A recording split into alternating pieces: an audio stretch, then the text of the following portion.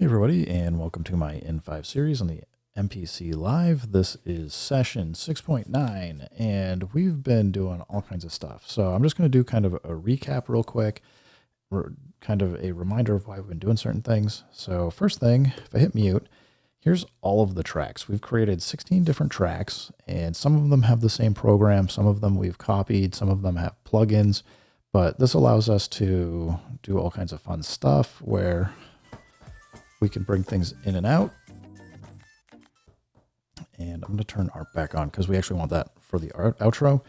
The way that I kind of get everything to sync up is this TC button. And if you go to time division, I'm usually pretty comfortable bringing things in and out on a quarter note basis. But if you need more time, go for 1 bar or 2 bars.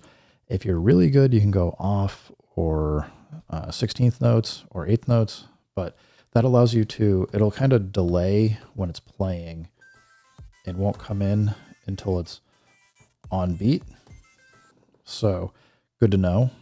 Another thing is if you look here, we've now got, so sequence 2 is kind of what we created initially that has all of the sounds set up the way we want.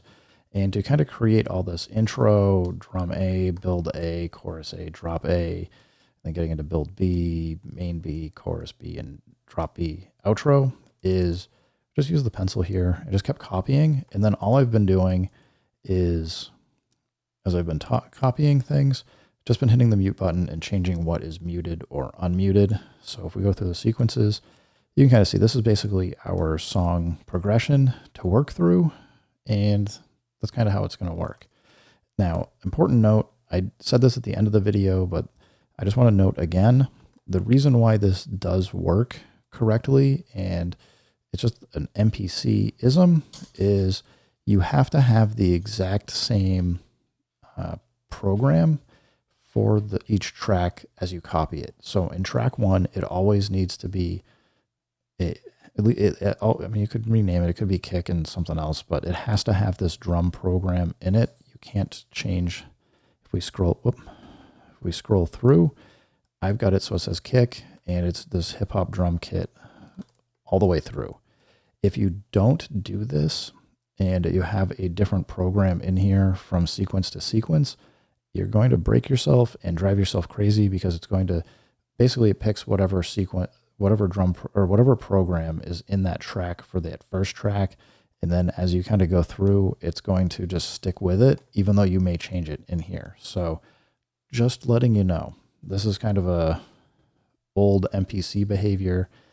I think it drives most people nuts, but at least once you know, you know. So I would say that's kind of the reason why I took this sequence 1 or 2 and just said, this is how I want everything set up before I started thinking about how I wanted to build or construct a song. What else? We loaded up the YA mastering, and I think that was a few videos ago, and did that so that we actually get a louder volume, get more of a mastered kind of finished product sound. And the original volume was I had it at the halfway mark. If you watch the videos, you'll hear how loud it is. I now have to turn it down to the quarter mark for it to be about the same volume. Maybe it might even still be louder than that. But if I go play it now, you can hear, even at halfway, it is just really loud. So, again, you know, if you want to do that, I like the YA mastering. Check it out. We also spent some time under the programs.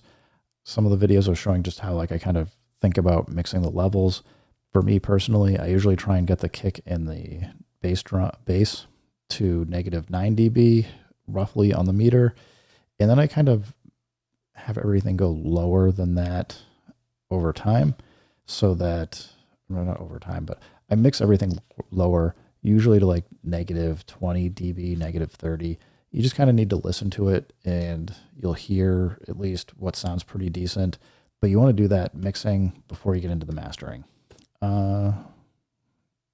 Can't think of much else at the moment for a quick recap, but I just wanted to do this recap just so that you guys kind of understand where we are, how we got here. If you get questions, drop them in the comments. Happy to try and answer them for you guys, because I know some of this stuff can be I've gone over it kind of quick, and there's a lot of information here, and hopefully I didn't forget too many things. But anyway, guys, I'm going to end here, and then next video, I will show how you can kind of string this stuff together and actually make a song and then render it out.